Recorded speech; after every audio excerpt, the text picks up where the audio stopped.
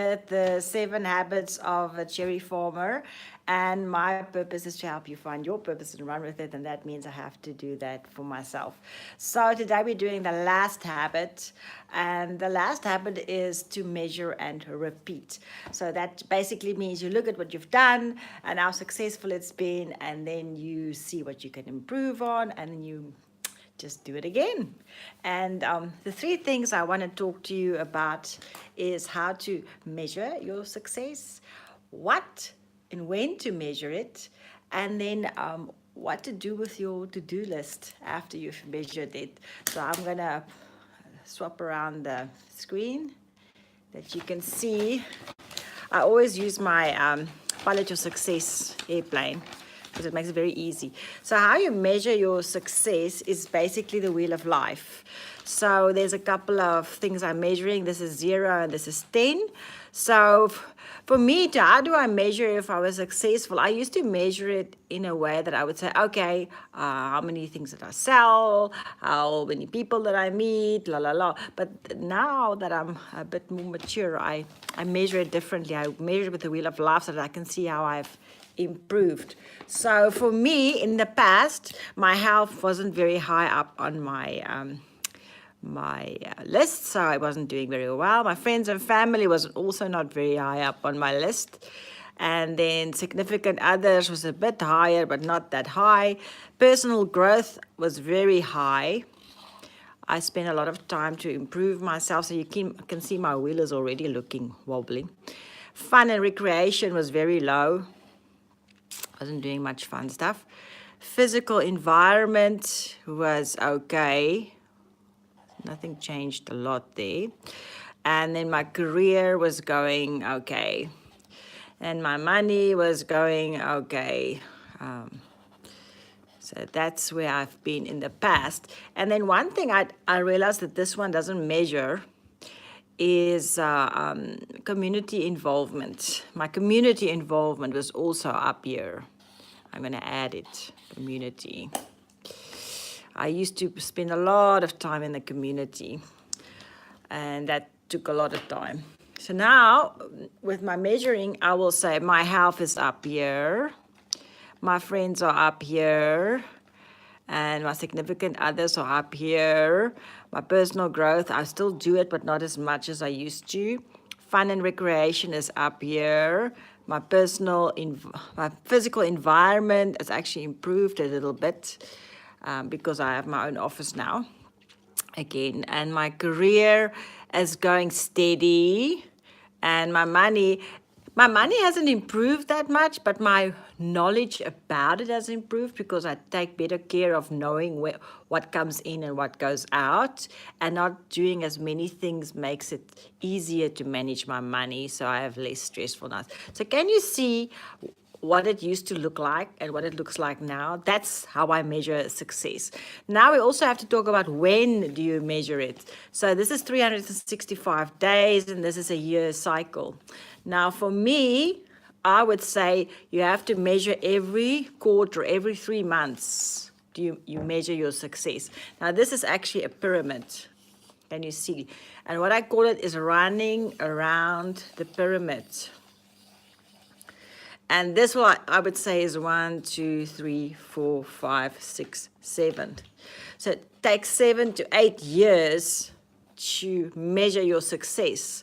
So when do you measure? Is every 3 months, but also a 7-year or 8-year plan. I actually spoke this weekend to somebody that said people can strategize longer than 3 months ahead.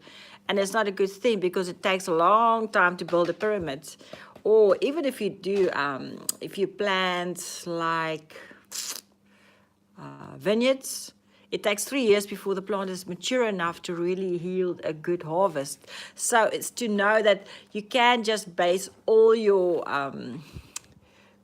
success measurements on 3 months. You have to have a long year plan of what your goals are for 7, 8 years.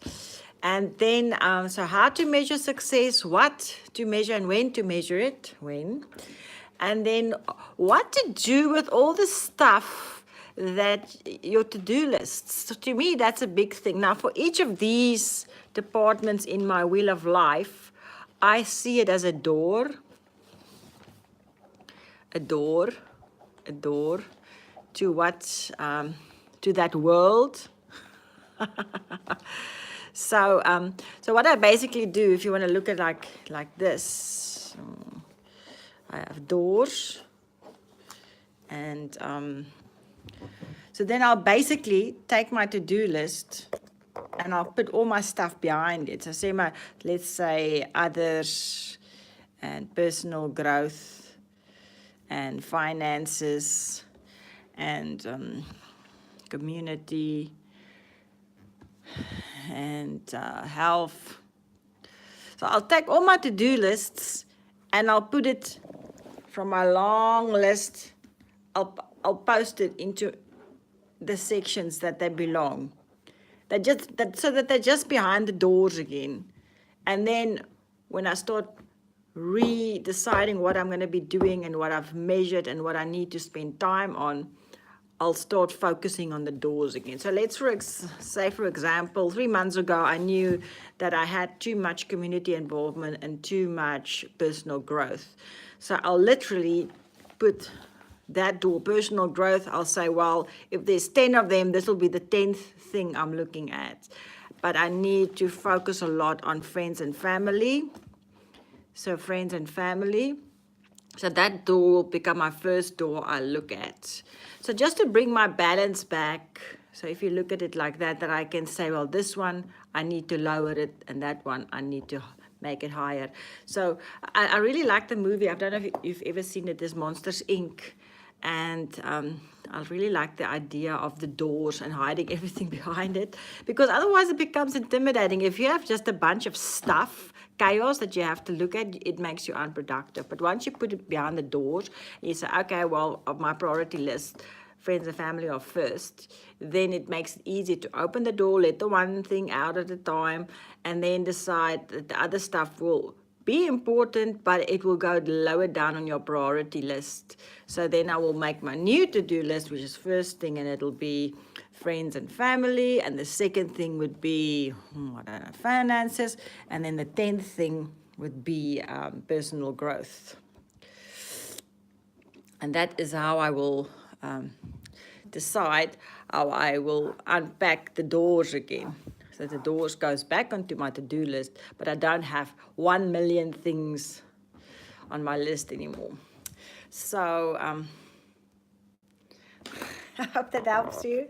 I'm going to be taking a break from Mondays with Marthie a little bit because I need to decide how I'm going to go forward with it. I have a bunch of stories of hope lined up that I'm hoping to get to. So you can still follow my channel. I just finished 4 and it was a great February, 53 songs. Thank you very much to all the co-writers and to making it fabulous. I did production on Easter in Afrikaans, and it's aimed at kids to be involved. And I did an Easter songs with collaborators, which is great. So I'm very excited about that. I'm planning a show on the 29th of March in Pretoria at the Lucid Theatre, and I'm busy with Ommitafel with Marthie at the Woordfees, which is exciting. I'm meeting new friends, meeting new people, finding out what they like and what they're looking for in shows, and I'm learning a lot. So I hope to catch you between 12 and 1 at the Woordfees, and have a wonderful Monday. I'll see you in the future.